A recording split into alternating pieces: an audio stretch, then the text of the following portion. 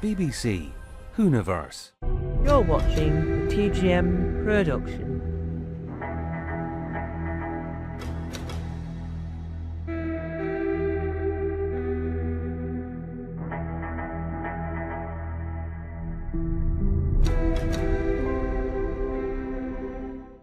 Hello. With 8 minutes left on Last One Laughing UK, on the 2nd of April 2026, at 7:16 a.m. I want to talk about something that's very interesting to me.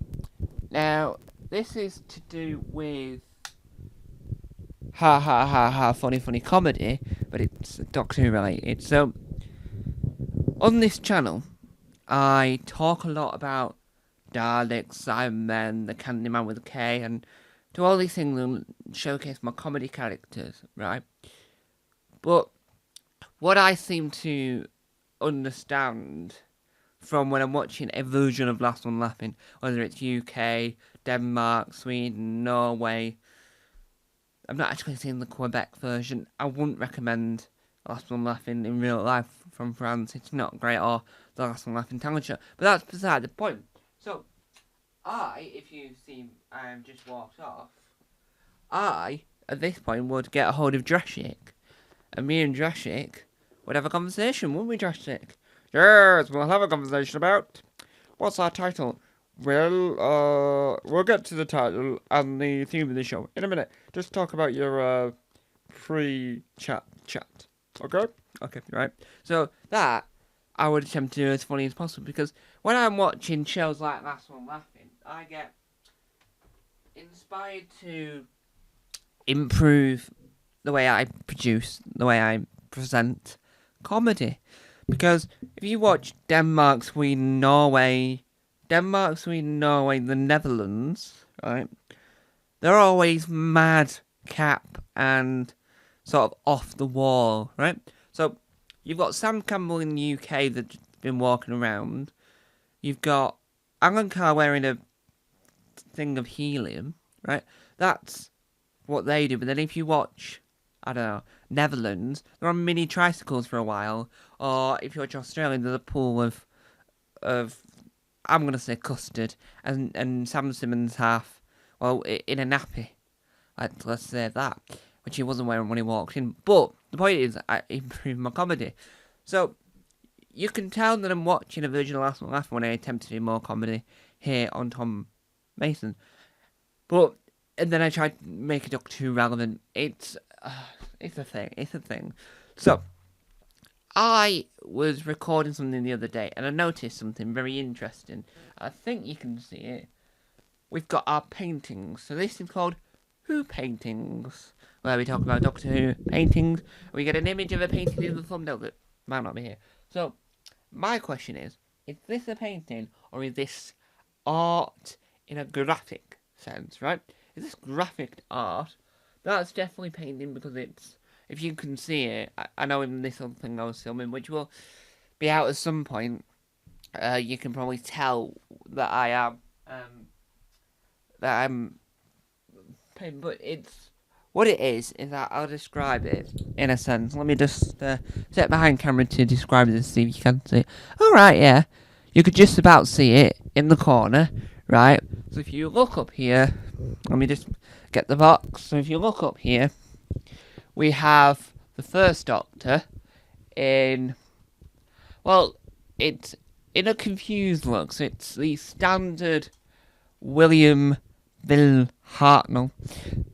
His friends called him Bill, and I saw someone else say, I love Bill Hartnell. So I'm assuming that I'm allowed to say Bill as well as William, because it's William Hartnell. Anyway, so Bill Hartnell, shall we say. They say that a lot in Adventures in Time and Space. Yes. Anyway, so you see it, and it's this very nice blue, right? So it's the first Doctor, William Hartnell, 1963 to 1966. A limited edition of prints produced and designed by the artist. And I can't read the artist's signature. I don't think artists do that quite often. So, you've got that as a gorgeous artwork, right, within the universe of Doctor Who, not within it, but about it, right?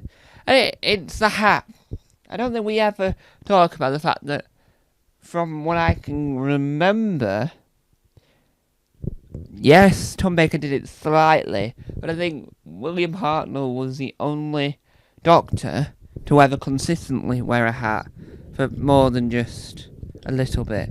I know that Tom Baker wore a hat as well, but the hat wearing mainly came from Mr. William Hartnell. Yes. Not the other iteration of the first Doctor, just William's first Doctor. I think David Broccoli did something similar, I think. But if you think about within the show, Vincent van Gogh, or Vincent van Gogh, or Vincent van Gogh has appeared in the show doing some art, and that's more of the traditional art that Vincent did. I think the episode's called Vincent and the Doctor. I could be wrong on that. But I think the art that's inspired by the show, such as our painting up here, is gorgeous. I've got a feeling this is art, but I'm not too sure. So I think it might be graphic design type art, is what I think it will be. Because you can see the poppiness of the fact that it reminisces a classic sort of BBC poster, because you've got our classic BBC logo, and I think you've just got more of a pop arty style. I think that's what we're gonna call it, the pop art style. So this is the art of Doctor Who. Now, if you look at the collection box sets, that's a separate piece of art by Lee Binding, which is excellent. Then if you look at the VHSs, that's the front cover of them are a work of art. The DVDs not really. I do think the art is the Blu-ray box set, collection box set, and the VHSs. I couldn't remember the word there for a second. How bad of me. I know, right?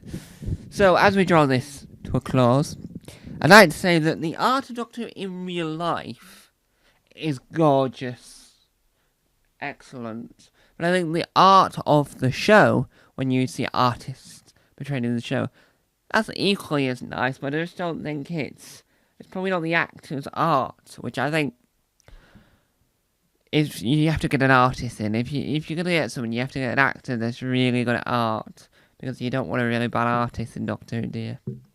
No, but the art that the crew make, the props departments, the set designers, that type of art is also gorgeous, because we wouldn't have Doctor Who without the props departments, or the costume designers, or the set designers, or anyone that's involved in design of some sort in the show. So there's a lot going for it, but I think that you really should understand the gorgeousness and love of it. And I think that this art shows that the fans are loving it as well. So that was my film all about the art of Doctor Who, or Art of Who is the one I'm going to call it, to give it a snappier title. And I spoke about the fact that I'm trying to just sort of work out what my style is here on the Tom Mason channel, due to me being inspired by the Last One Laughing / documental format. If you want to hear my review of Series 2 of Last One Laughing UK, then head over to Reality Show World, where I will be reviewing it once I've finished it. I have recorded a pre-thoughts review sort of thing already, because obviously I said I'd make minutes in and I wanted to have a pre-thoughts review before I did the actual review. So, hopefully you've enjoyed talking about the Who of Art, or Art of Who, whichever sounds better. Bye-bye.